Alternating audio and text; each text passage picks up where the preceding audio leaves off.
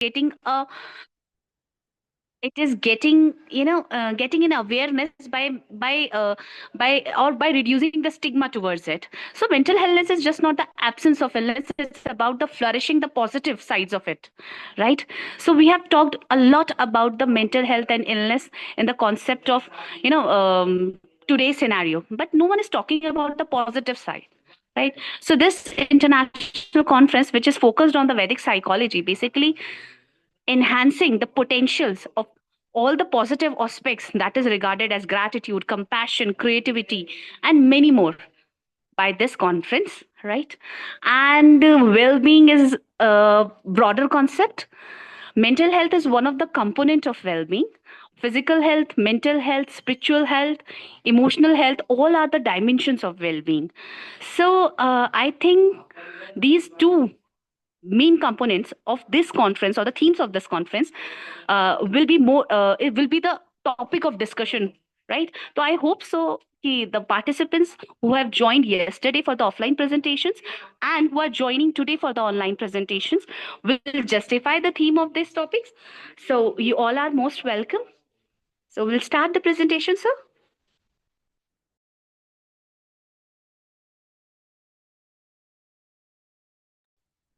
Shall we proceed? Am I audible?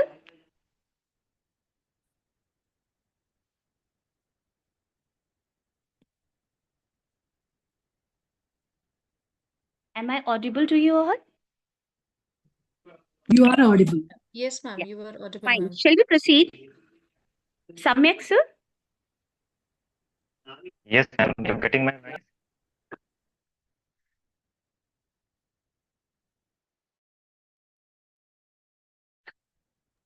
Samyak, sir, now over to you. So you call the participant so that Ma'am, one by one you, they can present their.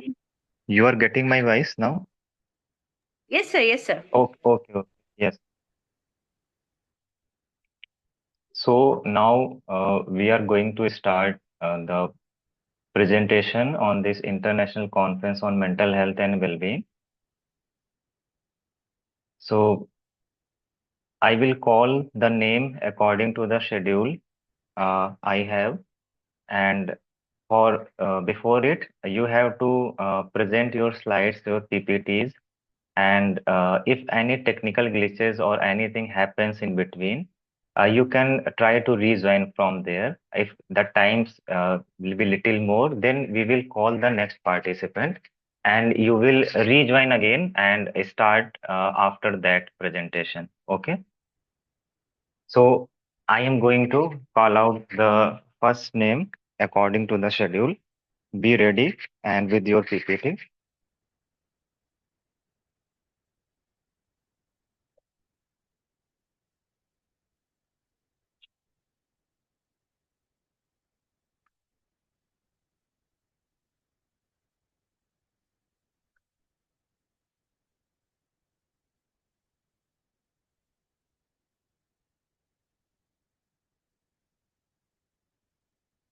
Firstly, I would like to call Mr. M.R. Ramesh sir from Indira Gandhi Center for Atomic Research, and his title of his paper is Digital Wellbeing and Artificial Intelligence. So, sir, if you are present here, you can start. M.R. Ramesh sir.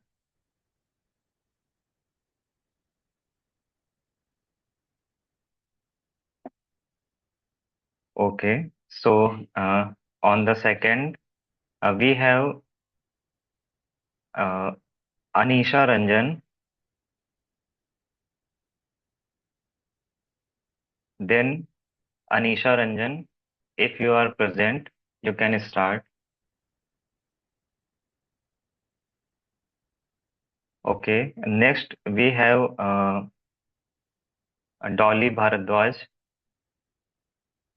If you are present, you can start your presentation, please.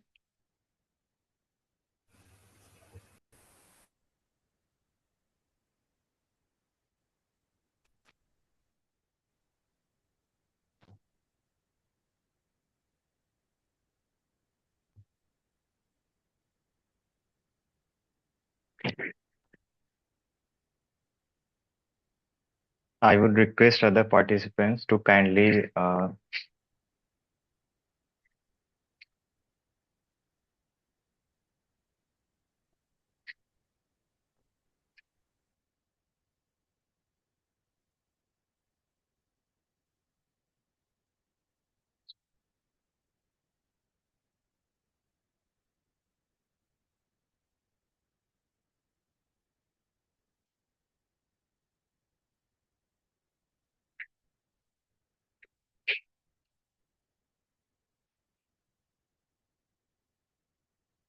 Rolly Bharadwaj, are you getting my voice? You can start your presentation. Yes, sir. Okay. Hello. Am I audible? Yes, you are audible and your slides are also visible. Please go ahead. Okay. Okay. Good morning. My name is Dolly Bhardwaj, and my research explores the lived experience of digital detox among young adults, which include individuals aged 18 to 25. So, in today's hyper-connected world, young adults face continuous digital exposure, leading to stress, anxiety, and cognitive fatigue. So, in this research study, I explored some prominent three questions, which I'll be sharing in this further process. So, first question is, how does digital detox affect individuals' mental health? So, digital detox is something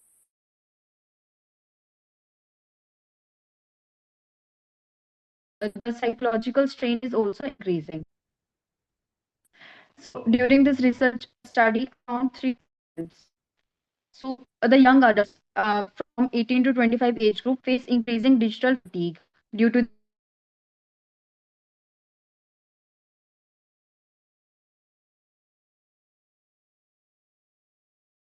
understanding that how this process works and all the things.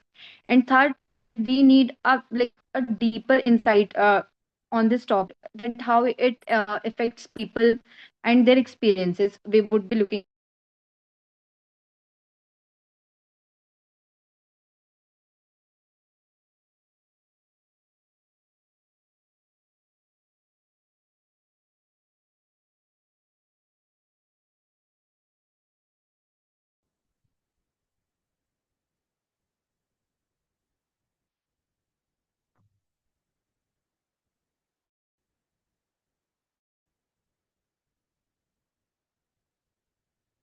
Hello.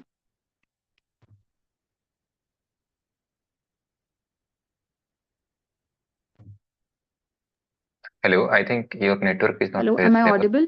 Yeah, right now you are Yeah, audible. sorry. Yeah, sorry for the inconvenience.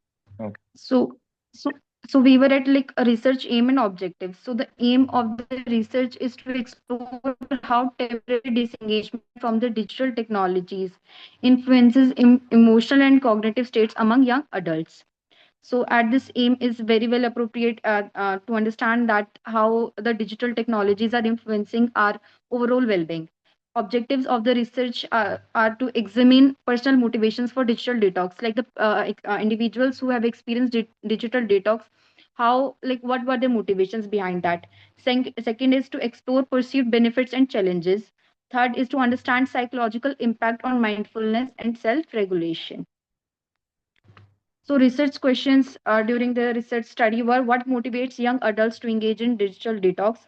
That second is, how do they describe emotional and cognitive changes during detox? Like, what were the changes they observed during this process? And third one is, what psychological challenges or benefits that been emerged, or that has been experienced by the individuals who have undergone digital detox? So these theories, one framed detox as a conscious self-regulatory act that aimed at mental clarity. So first one is self-regulation theory, which helps in understanding how individuals manage impulses and their goals. Second one is mindfulness theory, that is to enhancing present moment awareness among individuals. And third one is attention restoration theory, which explained the cognitive recovery through reduced stimulations. So these stimulations are the stimulations which we get, or which the individuals gets from the um, uh, their environment and other things they're experiencing. Though this is a qualitative study, but I have proposed two hypotheses for potential mixed method integration. So first one is digital detox enhances emotional well-being and cognitive focus, and second is greater duration of detox correlates with stronger mindfulness and attention restoration. This qualitative study is uh, is this thing, but I have done this hypothesis for mixed method ability. Second is conceptual correlation patterns. So first is if we increase our detox time, that would lead to increase in emotional calmness. Second is offline engagement led to high life satisfaction or increased life satisfaction. And third one is high screen time led to reduced cognitive clarity and reduced mindfulness. So this was a qualitative study which was phenomenological. Phenomenological led to like lived experience of the individual. Sample size was between 20 to 30 individuals, and the data collection in a semi-structured interviews, which I have done in my research paper as well. Like I have written about the questions in my research paper, and the focus was individuals who have practiced digital detox.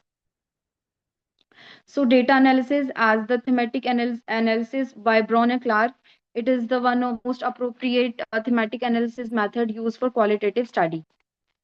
It has five phases. First is familiarization with data. So to meet this aspiration, I've transcribed my interviews verbatim and noting initial tones, emotional ideas of the individuals with whom I asked questions or interview them. Second is generating initial quotes. So the quotes were the like the responses that individuals have given to me, and I've done them both like in a manual method as well as using software like NVivo. Third is searching for themes. So in this process, I assemble group related codes to broader meaningful categories. Example, like if someone has replied relief and calm and peaceful state, then I would put them in a category called emotional relief and calmness. Fourth is reviewing themes. So in this, I revisited my database and see that if the themes are the coherent, distinct, and supported by significant quotes or not. Fifth is defining and naming themes. So I've clearly described what are like each theme is about. And last is the producing reports. In this, I use direct quotes from the individuals. Like during digital detox, one individual reported that they are feeling like fear of missing out. So these are some quotes which I've experienced and written in my research paper as well. So during this process, I've maintained the ethical considerations. So first is in informed consent and confidentiality. In short, as I've mentioned in my research paper as well, the process was on telephonic and in person both. So I've asked for the consent. Second, the participants were under no compulsion to continue with the research study. So they were like they had the right to withdraw. And third is data anonymized. Like there is no mention of name or any personal information in this research paper. So let's understand the key findings or themes which we got to know during the process. So first one is emotional relief and calmness. Individuals who have experienced digital detox reported that they felt emotional relief and calmness. Second is reconnection with offline relationship. During the social media, they used to send memes, reels, etc. to their loved ones or the people they want to maintain connections with. But during digital detox process, they reported that they feel reconnected with offline relationship more. Third one is cognitive clarity and focus. Reduced digital technologies engagement led to focus more on the things and doing things manually help them to solve the problems and solve the current scenarios in a more positive and humanistic way. And fourth is initial anxiety. Though they reported that earlier they felt that they are missing out on so many important things, but after later on their perspective changed, but initially they mentioned that they are feeling anxiety and fear of missing out. So as far as discussion is concerned, we can mention that digital detox supports mindfulness and self-regulation. During digital detox, initially they had urge to scroll and uh, posting and all the things, but later they felt that they are self-regulating themselves. Second is confirm attention restoration. Like they reported that they are feeling mental clarity and they are uh, elevated all the mental clutter they are getting in their minds and improved focus. Third one is improves emotional stability, but may cause withdrawal anxiety. Like they felt emotional stability, but they also reported that they want to, run away from this situation, or they are having this urge to stop all this and go back to their prior lives, like using digital technologies and all the thing. Being qualitative study, I have not cannot mention the reliability and validity in numericals, but my main focus wasn't in reliability, was to maintain trustworthiness and validity.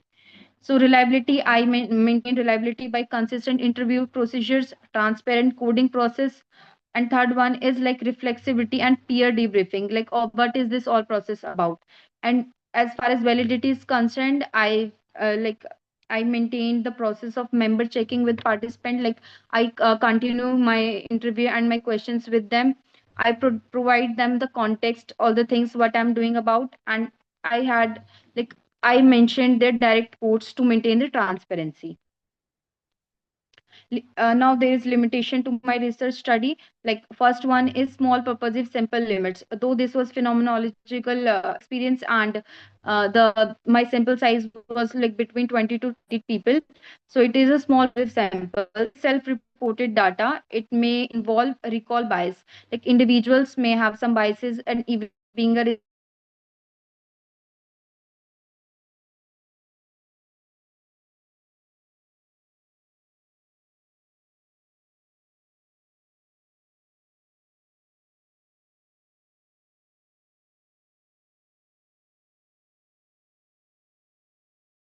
Now, there are some practical implications of this. Though the sample size is small, but the implications can be very credible. So, first is encourage digital wellness programs in universities. Like, though at this moment, universities are also going with technology and all the thing, but we have to encourage digital wellness programs in the same. Second is integrate mindfulness based digital literacy training. Like, we have to tell people that human made technology, digital or technology is not something which can dictate humans.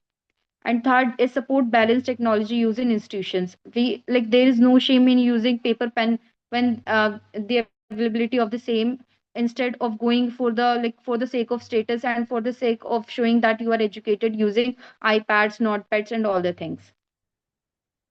So, last but not the least, conclusion is that digital detox provides psychological relief and focus restorations to the individuals who have practiced digital detox. Second, it offers insight into managing digital overload. And third, it highlights intentional disengagement for well being. So, as I've done this research study, I myself use many digital tools, all the thing, but the main concern is that we have to use this in a balanced way, that we don't have to search on the digital technology that how to do digital detox. This is an irony, or you can say this is a paradox, but we have to maintain this thing. Thank you from my side. Okay, if anybody have any question, then they can ask.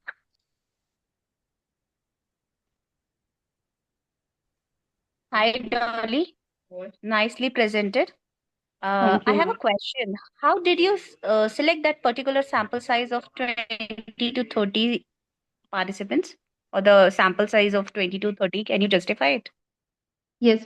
So, ma'am, as I've mentioned in my research paper, that the age group is between 18 to 25. So, most of the people are of my age, like my friends. You can say my my some people's, or with the peer group basically, because it is a, the thing. The main uh, requirement was that who have done digital detox.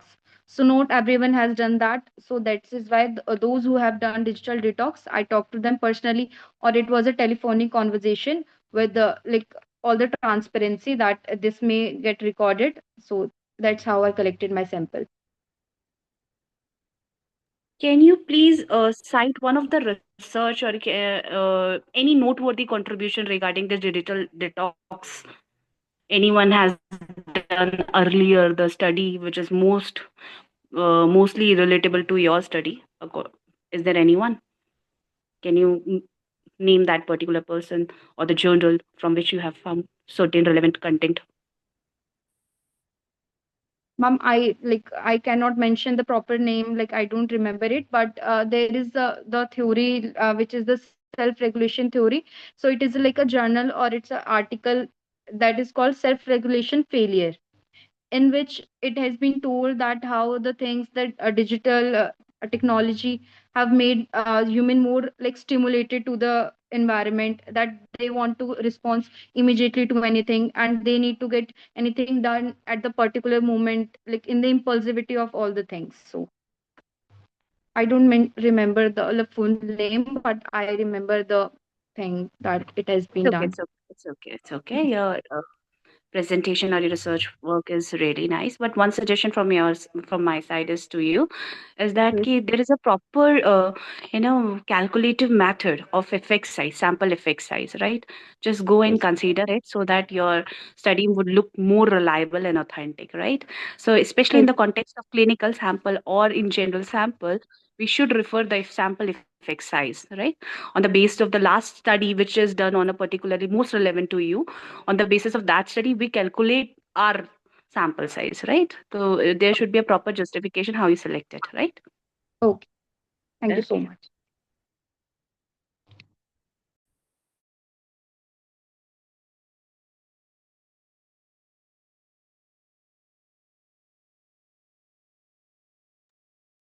Thank you so much. Now, next we have Amit Kumar from KR Mangalam University. You are requested to start your presentation. Please go ahead. Uh, Good morning, everyone. Am I audible to everyone? Yes, you are audible. Yeah, yeah. Good morning, everyone, and thank you for arranging this such wonderful conference and allowing us to present an opportunity to our research on this platform. And I am assistant professor in Mangalam University, and Dolly was my student who earlier presented this research paper. So let me share my screen with you all.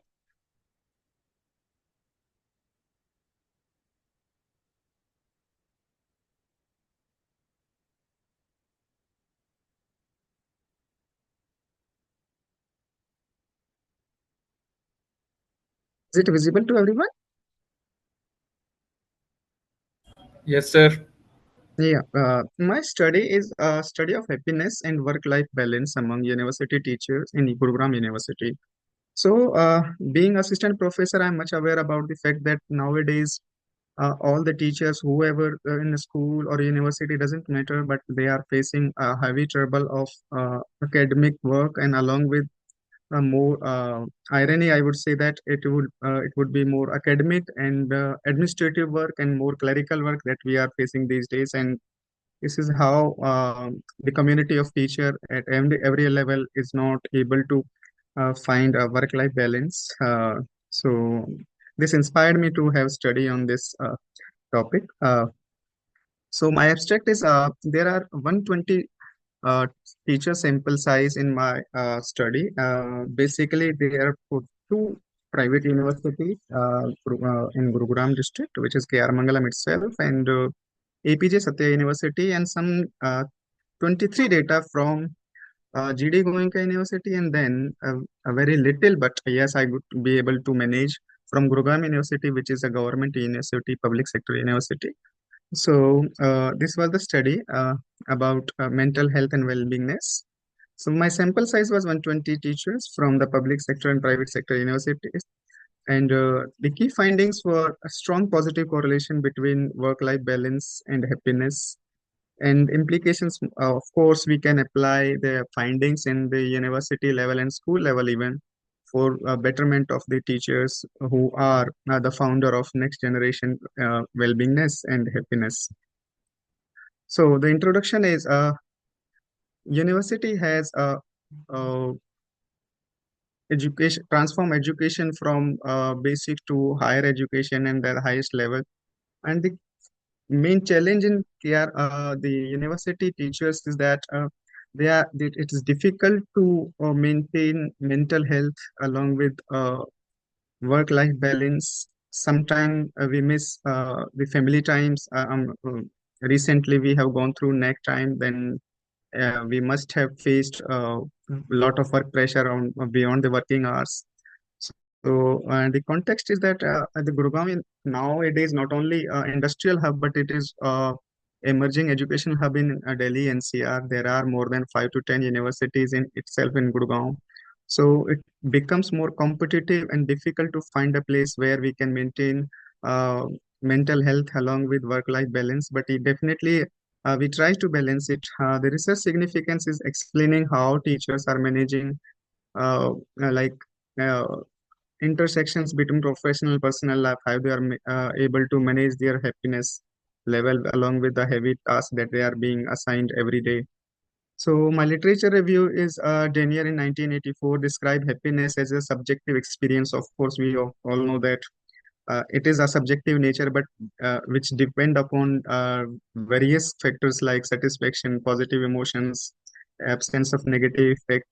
And then Clark in 2000 proposed work-life balance border theory suggested that the work and personal life domains significantly contribute to the emotional well-beingness. Again, we have Greenhouse and Allen in 2011 defined work-life balance as equal engagement and satisfaction in work and personal role influenced by organization culture, flexibility, and support system. In Indian context, there were many studies, but I find most relevant that Shivkumar and Krishnan in 2019 identified that work-life balance is a major cause of stress among Indian higher education teachers. Gupta and Sharma again in 2020 highlighted the female teachers face greater challenges balancing family life and career. We are much aware about that. They have the more family responsibilities along with their career and work life. So research gap is that despite of extensive literature and empirical studies focusing on university teachers in rapidly urbanizing regions such as Gurugram remain limited, necessitating an investigation. Objectives of study were to examine the happiness level of university teachers, how they are tackling with it. The work-life balance was how to assess that work-life balance and analyzing the relationship between work-life balance and happiness, and the study of demographic differences, whether there is a gender difference uh, to manage work-life balance and happiness and well-beingness. Definitely, there are much relationship and like high. So research hypotheses are H1 is positive correlation, that is there is a significant positive correlation between happiness and work-life balance among university teachers. And hypothesis two, gender differences are always there that maintain happiness and level, and institutional differences, of course, the work-life culture, the flow of information, authority, hierarchy that decides the work-life balance even in higher education. The sample size I earlier mentioned that 120 university teachers at different level, even assistant professor, professor level, and associate professor. So there were 60 male participants and 60 female participants. Try to justify the equal number of participants. The age was 25 to 60, and instrument were Oxford Happiness Inventory that carries 29 measuring points, and work-life balance by Fisher and Belger. And analysis is descriptive statistical tool, Pearson correlation, linear regression, and independent t-test. So you can find out uh, the facts and figures that statistically that we are finding out. So you can see clearly that the mean happiness score is 78.45, and mean work life balance is 74.28, and center correlation is 0.23, which is quite significant that this justify the relation between these two. So gender differences are there. Work-life balance, female teachers are able to, that mean score is 72.6, male teachers at 75.9. Not significantly significant, but yes, we can see clearly that the female teachers are finding it difficult to manage work-life balance because they are more responsible side of our society. They have the responsibility to maintain family, raising kids, and again, nation building. So happiness score is female teachers, it is 79.2, and male teachers again 77.8. There are multiple factors that we are finding out. The male teachers are less happy, that they are indulged in financial responsibilities more, as they have to pay all EMIs, and they are at this, some teachers are the crucial point of their career. So there are multiple factors that we are finding that male teachers are less happy. So institutional factors, that workload, autonomy, recognition, contribution, motivation, all these organizational level that influence happiness, and gender insights. Despite of finding more family responsibilities, female teachers maintain happiness through emotional resilience, strong social support system, and policy implementation. Education institutions must apply psychological well-beingness and human resource policies so that they can manage, all the teachers can manage happy uh, life, work-life balance with uh, like well-being level. So key findings were moderate to high well-being. University teachers in Gurugram report moderate to high level of happiness, work-life balance, which was surprising to me. Even being the teacher, part of that community, I was like preoccupied the fact that despite of work-life imbalance, there should be a significant withdrawal in the happiness level. But yeah, we are fortunate to see that there is moderate level of happiness and significant positive correlation between happiness and work-life balance. Nothing new, as we all are aware about that. Work-life balance predicts happiness. Work-life balance is strong predictor of happiness among university faculty members. Gender differences are always present. A work-life balance pattern, the cope of emotional stress, and the methodology, how to they do deal with that, and institutional factors like higher happiness and better work-life balance and then private universities. It is, I would not say it is quite obvious, but yes, we are all aware about government teachers are dealing with all these issues, but as compared to government teachers, the private sector employees have more responsibilities and administrative work as compared to government sector teachers. So these findings highlight the growing need of educational institutions prioritizing the well-being of faculty through proactive human resource policies, flexible schedules, and comprehensive stress management programs. That's all from my side. Any questions, any suggestions are most welcome. The dice is yours, sir.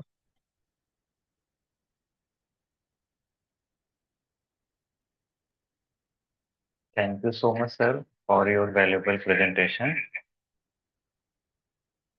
Anyone has any query or question, or ma'am, you can from your side, please.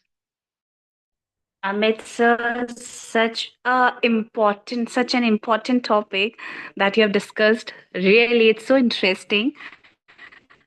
Thank you so much, ma'am. But it And needs, I have just one yeah, please. question that is Yeah. most. Yes, yes, yes, sir. So please. Thank you so much, ma'am, for these words. I am a So you teacher continue, itself. Amit sir. So, You're saying something? yeah, ma'am, please go ahead. Yes, yes. Just a query or the most challenging part of conducting this research. What was the Uh, most challenging part of conducting ma'am, this research? ma'am, Because you oh, have mentioned the university name and all the things. Do you find any difficulty while conducting yeah, this ma'am. research? I started filling my response sheet from vice chancellor itself. Initially, he denied, Amit यार ये मत करो, ये system के खिलाफ जाता है। लोग आपके ही अगेंस्ट हो जाएंगे। कोई भी मैनेजमेंट ये नहीं देखना चाहेगा कि वहाँ पे वर्क लाइफ बैलेंस वहाँ का मेंटेन नहीं कर पा रहे हैं। दूसरा, the people were resistant to give the responses. डर था उनको कि कहीं ये हमारी यूनिवर्सिटी में कहीं लीक ना हो जाए, हमारी जॉब पे ही कहीं ना बात बनाए। सो पहले से ही प्रेशर में है और ऊपर से उनको प्रेशर फील हो रहा था। But yes, I assured them it is confidential data, it is just for research and betterment of work life if I could manage it too. So major challenges was that the people have the loss of fear of losing job if the data is disclosed to any higher authority. Exactly, sir. Exactly. Once I thought to conduct the psychological empowerment study on the university employees. So then I dropped the idea because I'm not getting the honest responses. They are filling the like a feedback form, and there is a matter of question is ki, is there any challenge you have faced? Yes, sir. Exactly. I want to listen this. कि होता है sir authority basically wants की नहीं that should be image rule नहीं होना है तो इसीलिए सब मेरा ये सब लोग अच्छा क्वेश्चन सुनना थैंक यू चाहते सो हैं मच मैम, सर करना अच्छा नहीं चाहते हैं कोई, बस मैनेजमेंट चाहता है कि अच्छा बोला जाए मेरे डिपार्टमेंट के बारे में, ऑर्गेनाइजेशन के बारे में, बट दे पे less exactly attention to it. And nowadays the policies, particularly HR policies, are not employee centered, they are organizational centered. So it is very difficult to maintain mental hygiene for the teachers nowadays. Now, I usually say the word we are the dignified clerks even in universities rather than professors.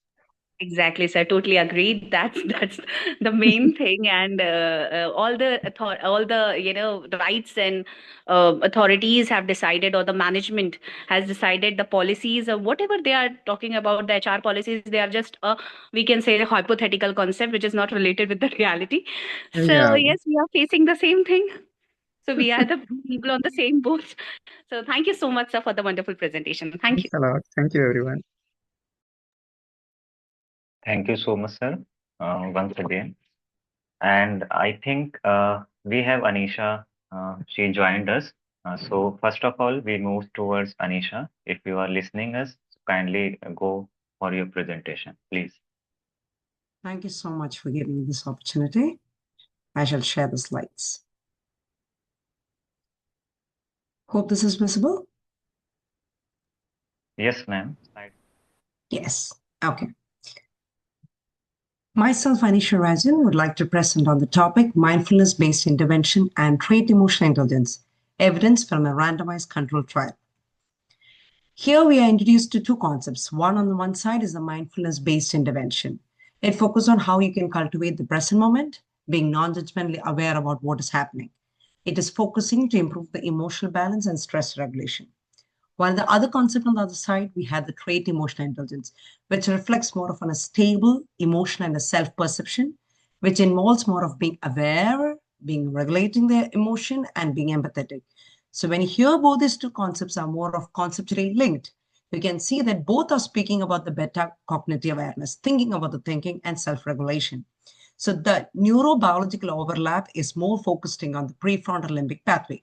So why, if there is so much of an overload of a clear theory between mindfulness and trait emotional intelligence, why there is research to be done? Because even though there is a clear overload of this, there is no clear-cut evidence given from a randomized controlled trial, that is RCT, to show the evidence on how is MBI directly enhancing the trait emotional intelligence. So this aim of this review was to carry out a synthesis of RCT evidence to prove how MBI can lead to the TI across population and delivery mode. So the three core objectives of the systematic review was to assess the impact of the MPI on TI through RCTs, to identify whether there's an influencing factor like duration, population type, and the delivery mode, if it's influencing or not. And thirdly, it is to integrate the psychological and the neurobiological perspective to interpret what is the underlying mechanism that is involved. So for the methodology, we had two reviewers. We conducted using the PRISMA 2020 guidelines. The database recovered was PubMed, Scopus, Web of Science, PsycInfo, Science Direct, NEBSCO. The window publication focused from 2012 to 25. To speak more about it, actually, if you see on the studies related to this was enhanced or initiated post 2000, but in the initial stages, the mindfulness was not seen to be the most of a common stability manner that is being used now. So to keep a uniform pattern of MBA research, we focus more on 2012 to 2025. This is the stress string, and we also had a manual reference screening, but no language or demographic restrictions was applied. The eligibility criteria and the quality appraisal, if you can see, the inclusion criteria include the RCTs that is evaluating validated MBI protocols, it measuring the TEI using validated tools, and every population, let it be clinical or non-clinical or mixed, was used. And all journals that is being published by 2012 to 25 in a peer-reviewed journals are being included. While on the other side, we had the exclusion criteria, where non-RCTs, if it is a multimodal or integrated therapies, that is more than mindfulness, they have mingled with something else, that is being excluded. Anyone that is used to measure unvalidated measure or unscientific or unreliable tools being used, or if the TI outcomes is not being mentioned. Any reviews, dissertations, and gray literatures are being removed. For the quality appraisal, we use a Gerard score scale on a race scale of 0 to 3. We had 1 for the randomization, 2 for the blinding, and 3 for the withdrawal. So on short, we made sure all studies, which is 2 and above, is being used so that we will make sure that the studies that is being involved is methodologically sound. This is the outline of the PRISMA model that we have used. We can go to the flow summary. The total records that is identified from all the databases is 2,136, and the duplicates are removed is 404, and the records screened is 1,732.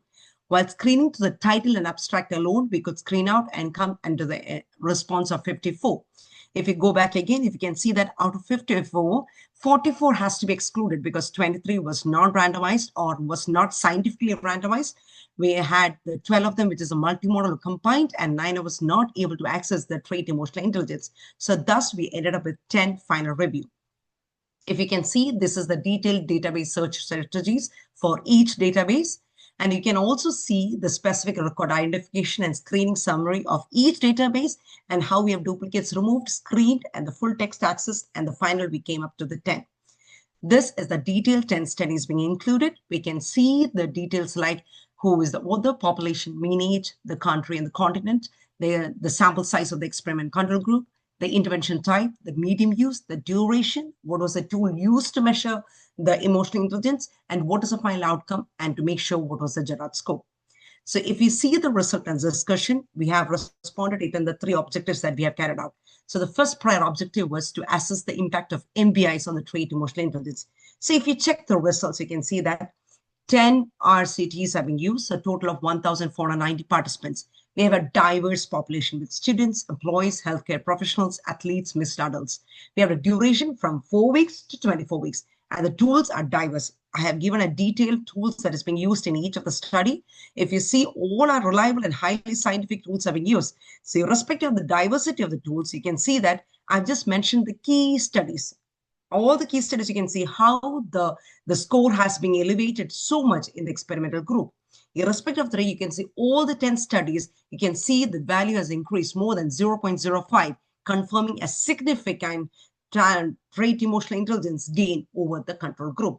So you can see that this MBI has enhanced the TI domain in the areas of self-control, empathy, and awareness, which is confirming the causal improvement in the emotional competence as suggested in the theoretical by Kabat-Zinn in 1990 and Petrovitz in 2007. The second objective is to identify whether other factors like duration, population, and delivery mode is being influenced. So you can see in the result part, we had short programs with less than 6 weeks. We have long programs with more than 8 weeks of mindfulness. We also had delivery mode. We have 8 studies where in-person is conducted and 2 studies where digital or hybrid is being used.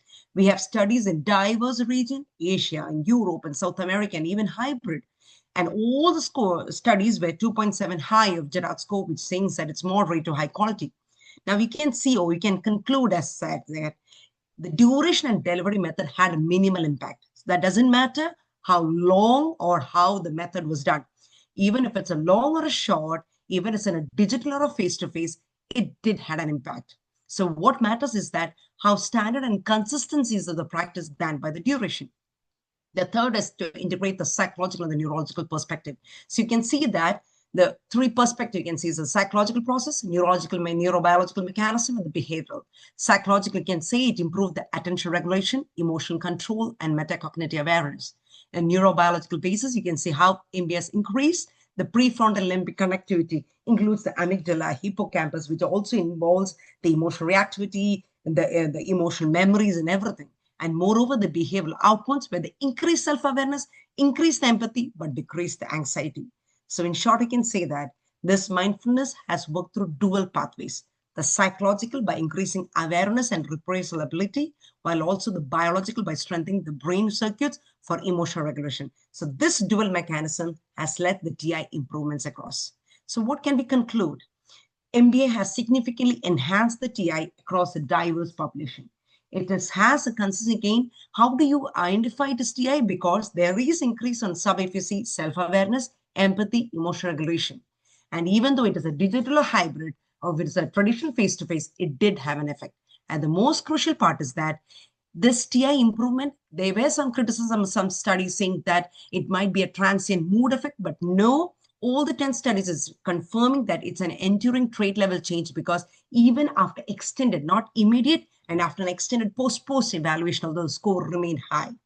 So why do we need to do this study? Because mindfulness, even though it's a digital, even though it's a short, it do have an effect. So why not we use it in an education setup to imply the mindfulness, to enhance the students to be more emotionally equipped in this so much of a diverse or a highly pressured world, or even a healthcare field where you can deal with the clinicians burnout, improves the compassionate care, even the workplace, to build resilience, communication, and leadership skills. So what is the future direction? I can say that to have a more of a larger multi-site of using more diverse software instruments, you can also include more of a neurocognitive or physiological measures, so you get a direct eyewitness, and moreover examine more moderates such as age, personality, and baseline.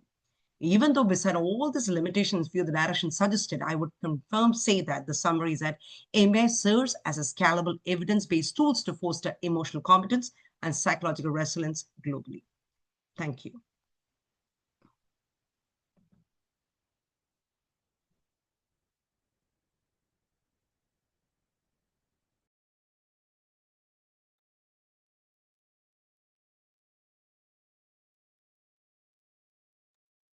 Very well presented, ma'am. I have just a question. May I know Thank you. which study or author made the most influential contribution in this particular area on the mindfulness and the trait emotional insight? Out of the 10 studies, it's the Cow et al., the study that has most implied. And I can show the slides if you can see that. Is it visible, ma'am, the slides? Mm-hmm. Yeah. So if you see in the results, the objective part, if you see,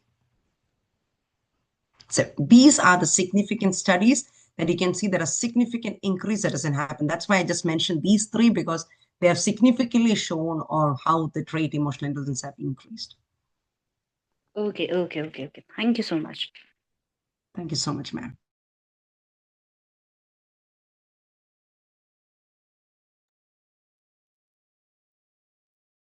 Thank you so much, ma'am, for this wonderful and insightful presentation. Now, according to schedule, we have Dr. Arpit sir has rescheduled his session. So we have Dr. Moni Singh from DIT University. Ma'am, if you are present, you can start your presentation. Good morning, everyone.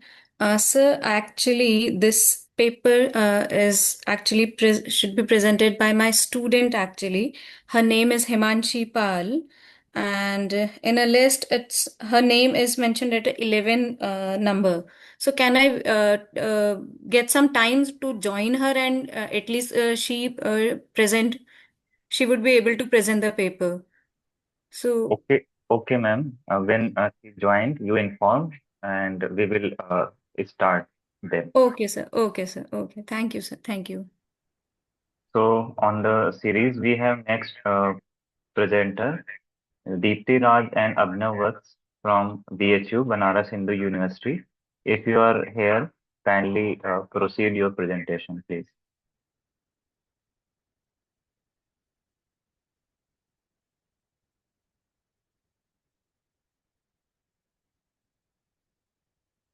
Deepti Raj and Abhinav Vats, any one of you?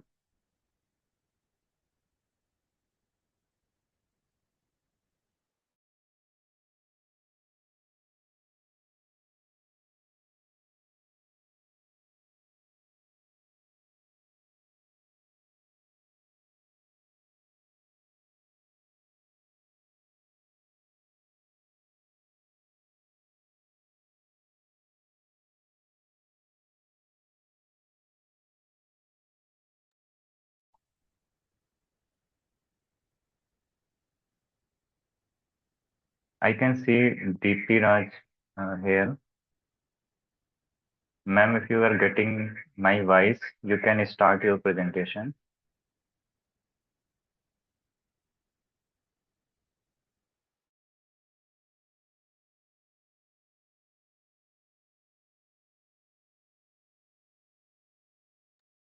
Uh, Hello, sir. Yes, Sir, Himanshi Pal, she has joined the meeting. So can she present the paper? yes, sure, ma'am. You can go ahead. Okay.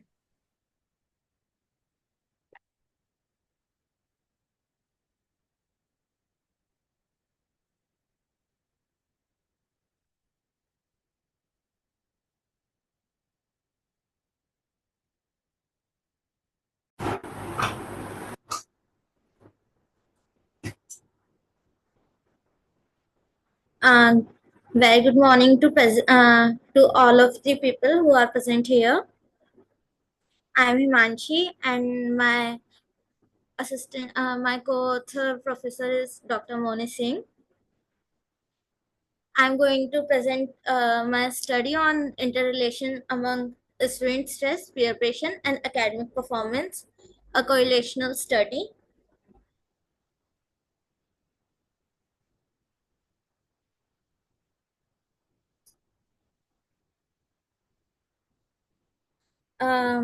As we know that in today's world we face from various stressors which disturb our equilibrium of our body's status.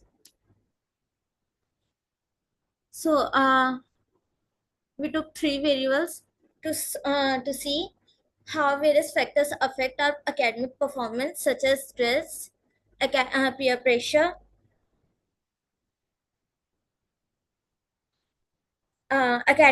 According to Brown, peer pressure refers to the influence exerted by peers to conform to certain behaviors or academic standard. It can be both positive and negative.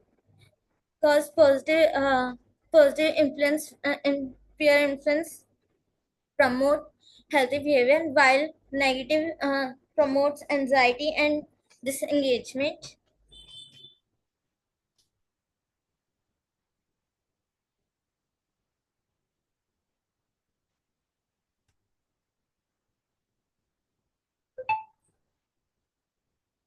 The literature review of this study.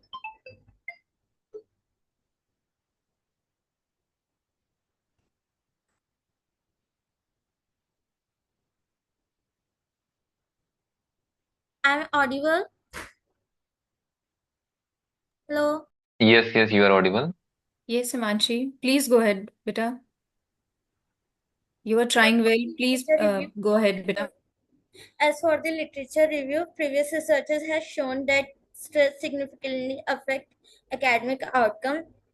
Like Getzler developed the student life stress inventory, which identified four domains: physical, interpersonal, academic, environmental. By research by Elias et al. Found that academic stress negatively affect students' achievement level and contribute to burnout. And also, Akung, Agun and Chirochi highlight that students with higher resourcefulness cope better with academic stress, showing improved academic outcome.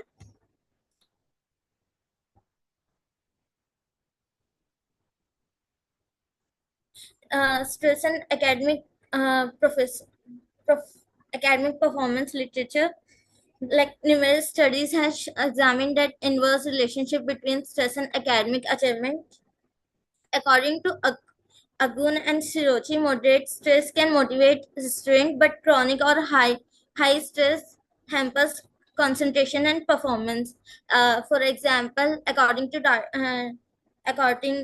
Dart's law, high level optimum level of stress can enhance performance, while chronic and more higher stress can decrease performance level.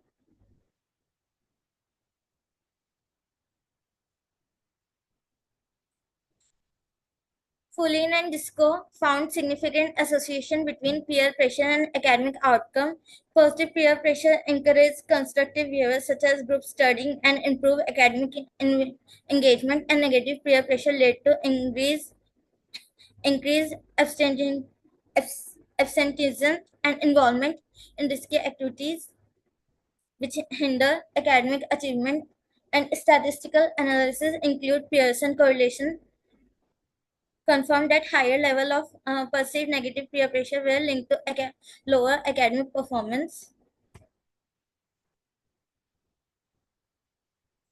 Research, the rationale of the research is that this study aimed to contribute to the exiting literature review by providing empirical evidence on how these factors influence academic performance.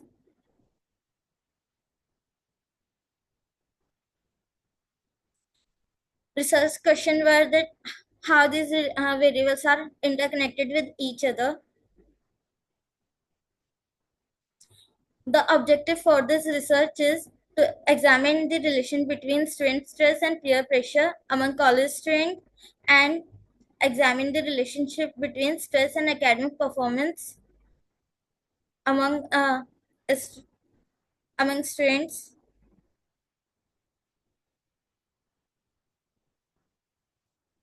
Three hypotheses were framed.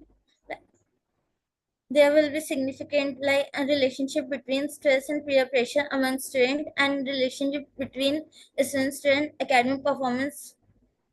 Significant relationship.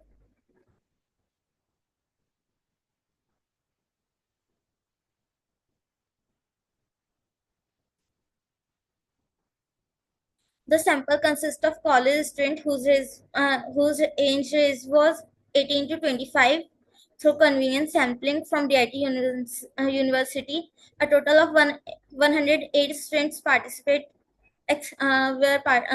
included, excluding those students who are suffering from mental illness or any kind of medicine.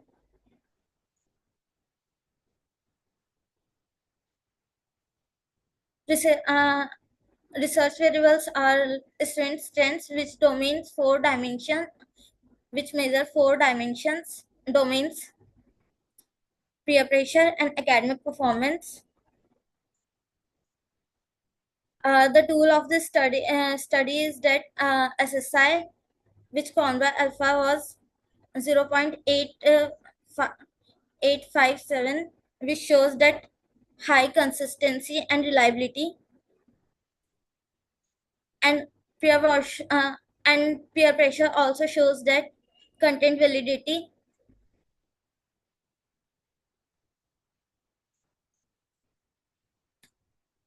Academic performance scale was used by Carson et al., which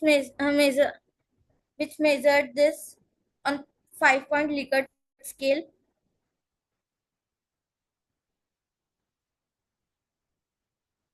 This is research design. The study employs a quantitative correlational research design.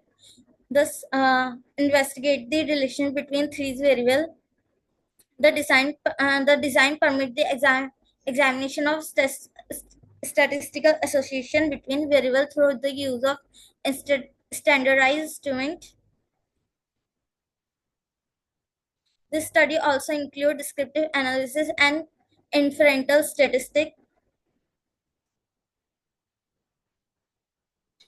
As for the procedure and statistics, the data was collected in physical form, which ensure confidentiality and anonymity to reduce biasness.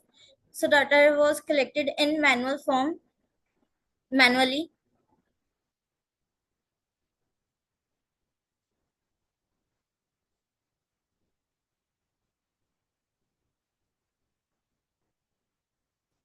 Results in descriptive analysis, it shows that moderate to high stress level, mainly in academic and environmental domains. In addition, In addition, students reported a moderate to high level of peer pressure, suggested some students experience strong peer pressure, while relatively academic performance was low, suggesting that many students wasn't able to achieve their desired academic outcome. Finding indicate that heightened level of stress, particularly academic and environmental and peer pressure, are the contributing factors that influence students' academic performance.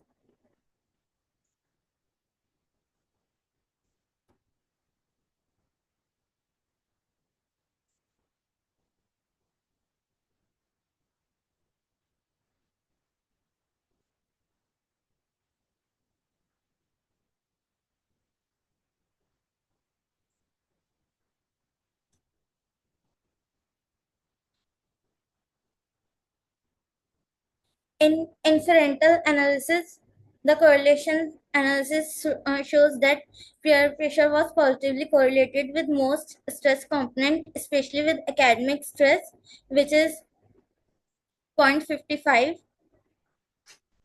and academic performance was negatively correlated with stress significant only for environmental stress, which is R negative 2.1.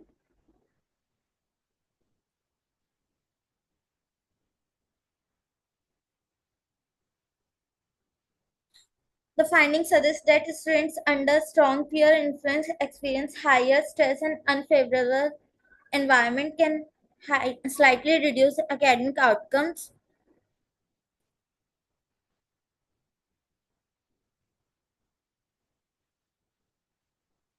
In conclusion, the stress dimensions are interrelated and amplified by peer pressure. Environmental stress has a mild yet significant negative impact on performance, while peer pressure indicates influence learning outcome through increased stress. The study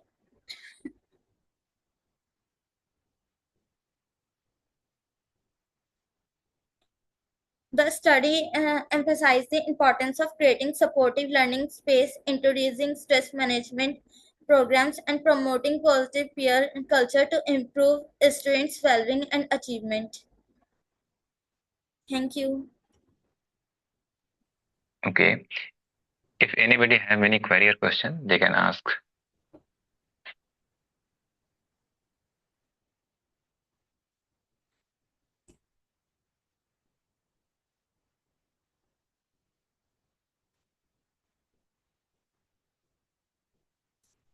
Okay, I think nobody have any question. So we move forward. So next, I would like to thank you for your presentation. Next, I would like to call Deepti Raj and Abhinav Vats from Banaras Hindu University for their presentation.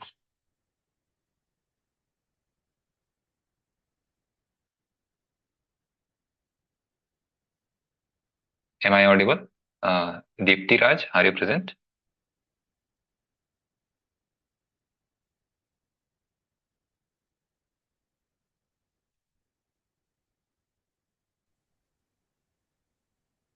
Hello.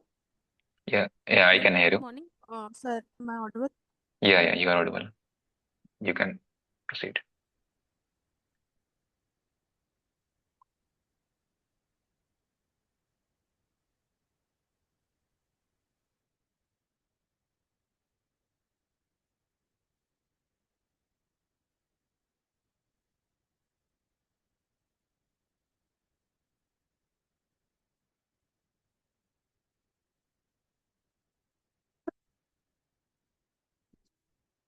Good afternoon. My topic for this presentation on International Conference on Mental Health and Well-being is the intergenerational transmission of gender norms and its impact on help seeking, cross-cultural, socio-psychological perspective. Uh,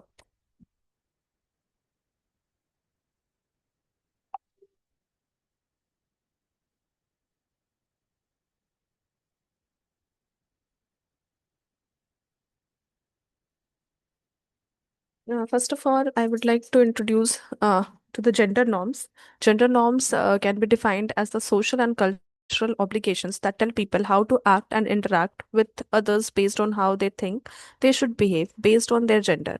Different cultures have different ideas about what it means to be a man or a woman, and these ideas change over time. Gender norms adhere to power imbalances in the place by favoring masculine traits and disadvantaging women and people who don't align with these norms. Such standards have a substantial effect on mental health, social growth, and opportunities. Social rewards, punishments, and institutions often enforce them. These norms are formed through social engagements within families, communities, and societies. Gender role theory further explains how societal expectations lead to specific behaviors in men and women, validating these through cultural and institutional norms. Sorry. So it's like how gender norms affect our help seeking behaviors in societies. So the help seeking is the process when people actualize a need for help and take measures to get external assistance, especially in the case of mental health or academic problems. The idea includes both the desire to get help and the actual behavior, which is affected by psychological, social, and cultural factors like stigma, awareness of their need, encouragement from others, and perceived barriers. Help seeking behavior for mental health issues is predominantly affected by gender and cultural norms. Women tend to seek informal support from social networks, whereas men mostly underutilize both professional and informal assistance due to stigma and the endorsement of masculine norms of self reliance. Masculinity accounts with avoidance, and women in patriarchal or resource constant settings face heightened difficulties regardless of a higher reported need. How it's about intergenerational transmission is the process by which ideas, behaviors, values, and social conventions are transmitted across generations within families and cultural interactions. This can occur explicitly through teaching and role modeling, uh, or through daily practices, rituals, and effective climate. For example, kids often assume beliefs about gender roles, emotional expression, and coping strategies by observing parents and elders who learned these from their own parents. This process has been identified in domains ranging from cultural traditions and parenting styles to attitudes about mental health and help seeking. Research or intergenerational transmission of gender norms signifies that parental gender attitude deeply shape children's gender beliefs and behaviors. Specifically, in Indian families, maternal attitude critically influence child's gender role development, especially when mothers are more engaged with their children. Parents' gender norms are communicated both directly through overt expression and indirectly through everyday interactions. The research, this study employs a review study by analyzing scholarly sources from multiple academic websites like Google Scholar, PubMed, Sage, Web of Science, etc. Articles are included in the study which are published in 21st century, and all the sources were properly cited. Aims and objectives. The aims for the present study is to investigate how gender norms are transmitted across generations with different cultural contexts. Uh, to explore the impact of intergenerationally transmitted gender norms on attitudes and behaviors related to mental health, health seeking. To compare these processes and impacts across collectivistics and individualistic societies, to identify barriers and facilities shaped by gender norms that influence help seeking behaviors. So the intergenerational transmission of gender norms happens. It is transmitted through direct and indirect family socialization process where parental attitudes, behaviors, and expectations shape children's understanding of appropriate gender roles. Mothers often play central role in caregiving and verbal socialization, nurturing children's gender identities through daily interactions and reinforcement of culturally accepted roles. Fathers' involvement, especially in domestic domains traditionally associated with women, is linked to children's adoption of more flexible and egalitarian gender roles attitudes. The influence of fathers is often mediated by the participation of housework and childcare, which challenges traditional masculinity and encourages openness in children. Extended family members, like grandparents, uncles, and aunts, and community institutions like schools, religious bodies serve as a secondary agents, reinforcing or sometimes contesting gender norms in collectivistic societies. The cross cultural perspectives of help seeking behaviors in different genders.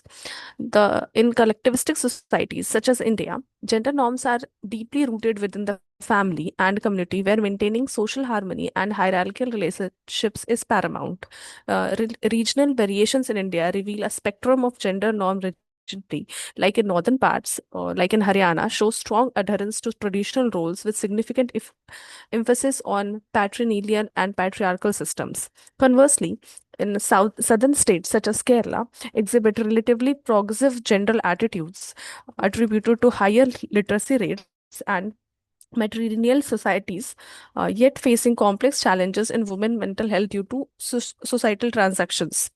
In East Asia, cultural emphasis on respect for elder results in conformity to gender roles, often restricting expression of mental health concerns or help seeking, especially among males.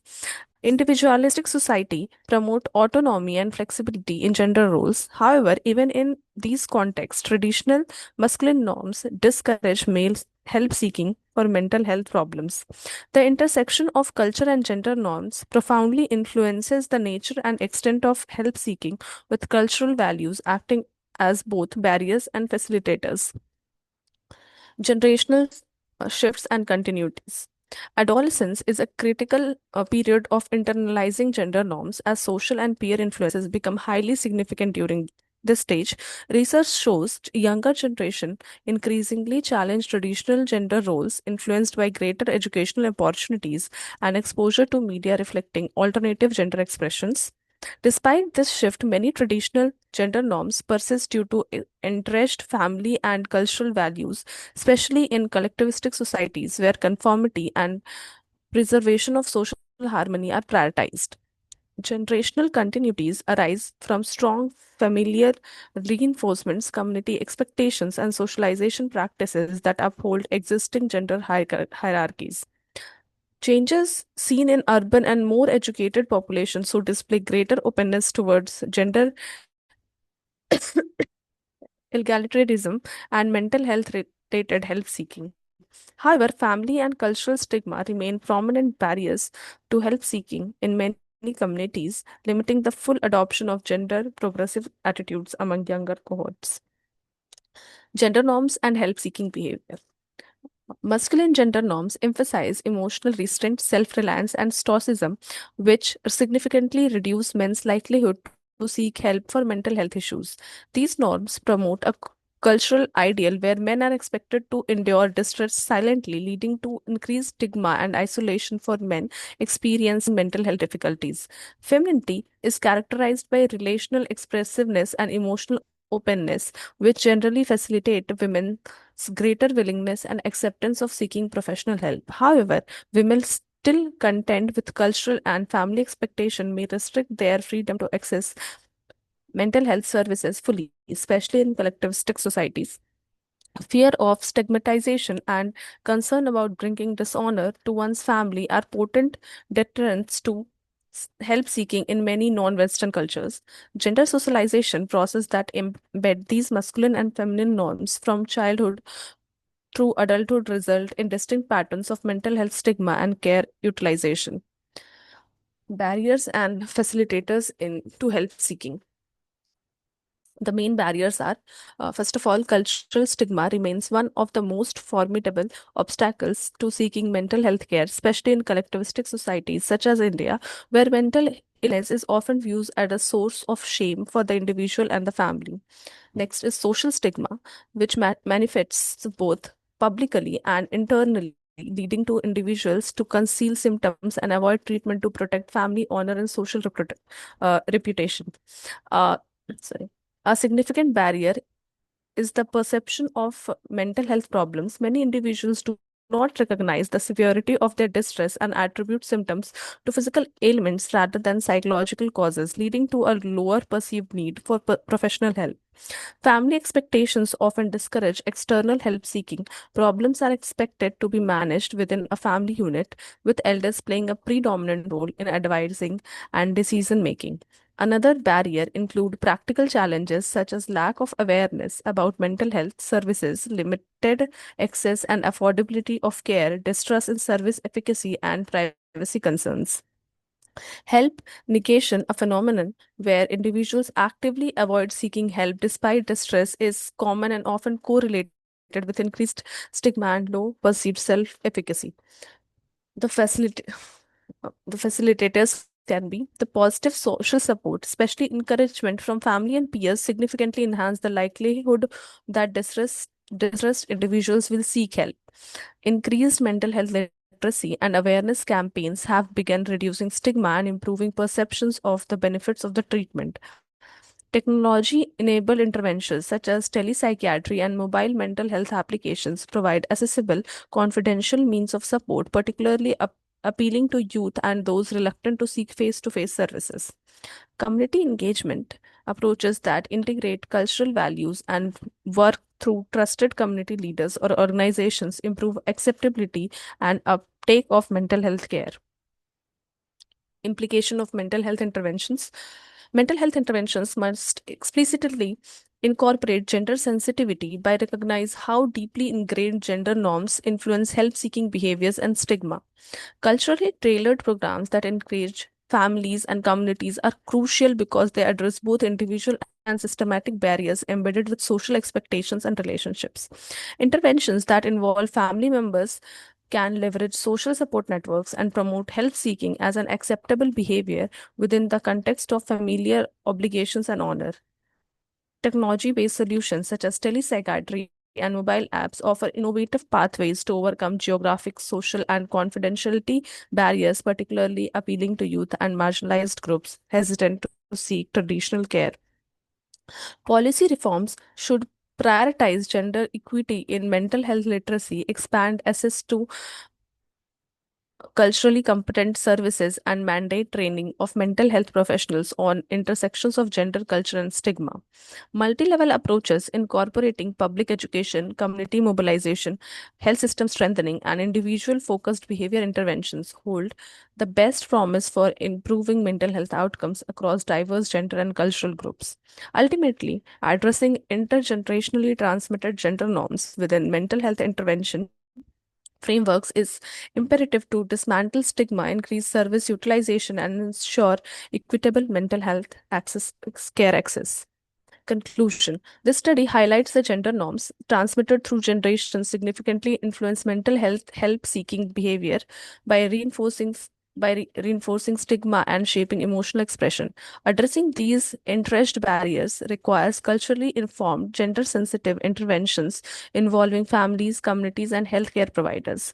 Policymakers and practitioners must prioritize inclusive education, stigma reduction, and equitable access to care to improve mental health outcomes.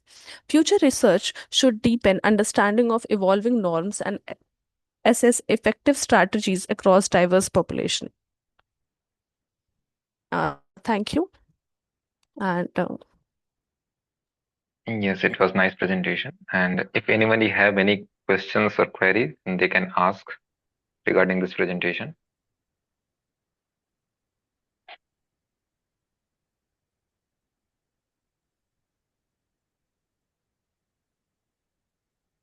Okay, I think nobody have any questions. So it was very nice presentation. Thank you for your presentation. thank you, sir. Okay, so as moving forward, now I would like to call Rakhi Negi from Swami Rama Himalayan University for their presentation. Good afternoon, everyone. Give me a few seconds.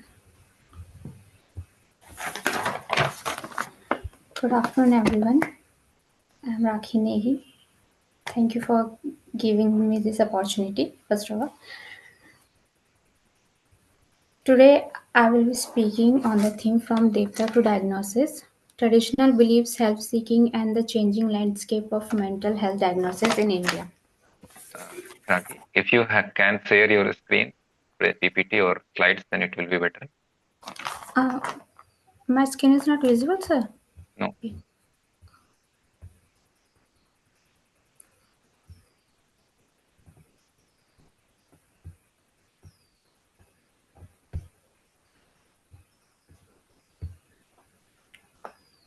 Is my skin visible now? It is not visible.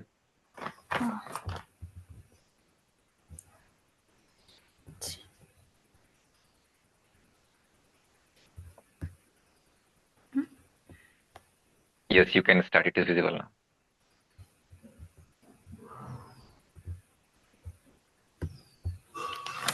So, in India, ideas about mental distress come from many roots, from ancient spiritual tradition to modern psychiatry.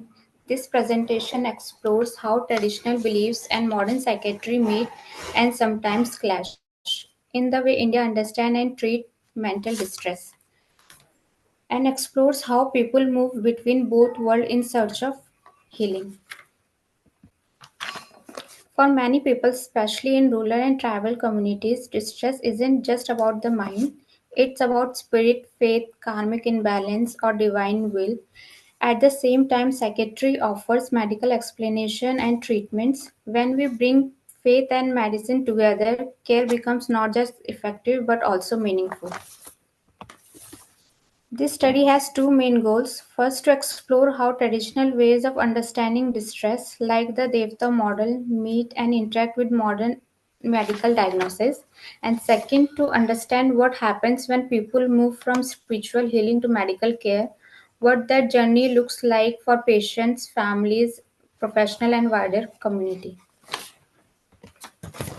To do this, I conducted a systematic review following PRISMA guidelines covering studies published between 1990 to 2024. I looked at 72 studies drawn from databases like PubMed Scopus.